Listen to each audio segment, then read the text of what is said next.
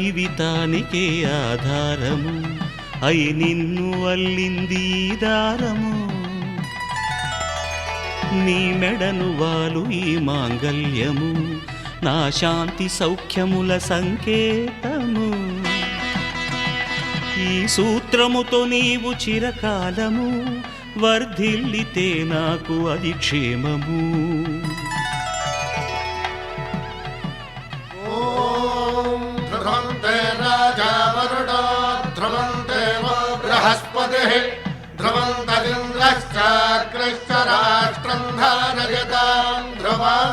ఈ జన్మలో ఇంక విడని ముడివేసి కలిపారు దేవతలు దివి నుంచి చూసి